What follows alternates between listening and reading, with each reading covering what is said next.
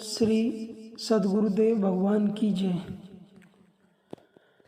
महापुरुष किसे कहते हैं, महापुरुष की अवस्था स्थिति क्या है और महापुरुषों से समाज का कल्याण कैसे होता है।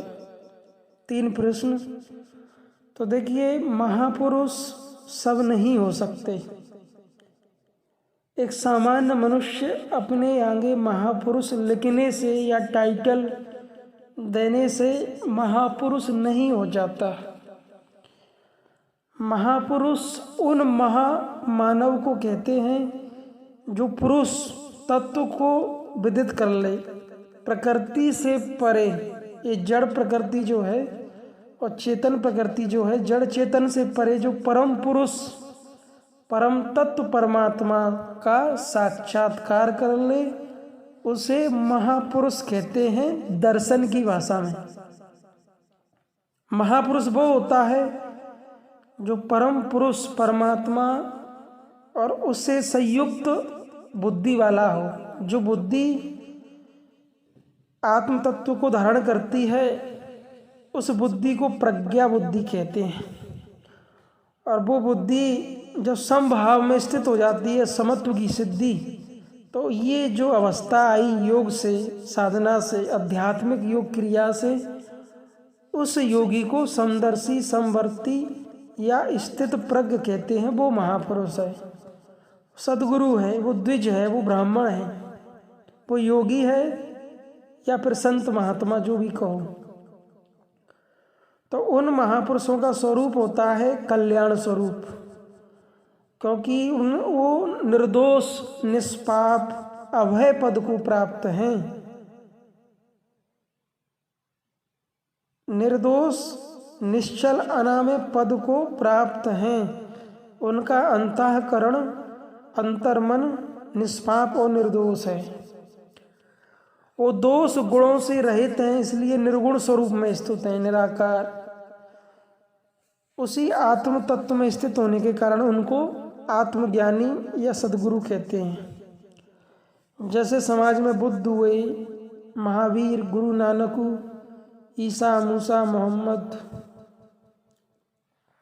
और भी कबीर, मीरा, रामकृष्ण परमहंस, और भी स्वामी विवेकानंद। तो ये योग साधना करके जो स्वरूप को उपलब्ध हुए, उन योगियों को महापुरुष कहते हैं। ऐसे महापुरुषों के सिद्धांत और शिक्षाओं से मानव जाति का कल्याण होता है, भला होता है, क्योंकि वो आत्म तत्व में स्थित हैं। तीसरी चीज, ये योग जन्म है, जन्मना नहीं कि कोई जन्म से महापुरुष हो जाए। वो योग साधना करके मन के अंदर जो प्रकृति है उसको विलय करके और आत्म तत्व में जो स्थित है, वो सद्गुरु महापुरुष हैं।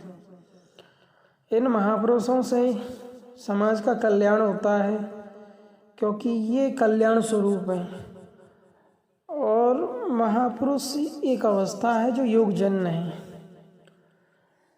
इस पृथ्वी पर हर युग में महापुरुष हुए हैं। यदि वर्ल्ड फिलॉसफी आप स्टडी करके देखें तो, और उनका ज्ञान, उनका चिंतन, उनकी साधना भले ही भिन्न भिन्न भाषाओं और लैंग्वेज में रही हो, लेकिन उन्होंने समय समय पर मनुष्य को अंधकार से प्रकाश की ओर, अज्ञान से ज्ञान की ओर, असत्य से सत्य की ओर, अविद्या से प्रकाश और विद्या की ओर चलाया। उन सद्गुरुओं की कृपा प्रसाद से इस जीव को धर्म और ध्यान का मार्ग मिलता है और जीवों के जीवन में त्वरित शांति का विकास होता है। इसलिए ऐसे महापुरुष दिव्य हैं, आध्यात्मिक गुरु हैं, सद्गुरु हैं। समाज में ये शब्द उन महान लोगों के आगे भी प्रयोग होता है जो किसी क्षेत्र में या विशेष विभाग में बहुत श्रेष्ठ होते हैं, लेकिन दर्शन की भाषा में, स्पिरिचुअल अध्यात्म की भाषा में महापुरुष उसी को कहते हैं जो आत्म तत्व में स्थित है, अभय पद को प्राप्त है। वो सुख दुख, सर्दी गर्मी, मान अपमान में सम होते हैं। वो लाभ हानि में सम होते हैं, वो हीरा माटी कंकड़ पत्थर में भी समान भाव वाले होते हैं, वो पापी पुण्यात्मा धर्मात्मा में भी समान भाव वाले होते हैं, वो अपना निंदा स्तुति में भी सम भाव वाले होते हैं, और वो सदा ही सचेत योग और धर्म से संयुक्त और संत ही होते हैं।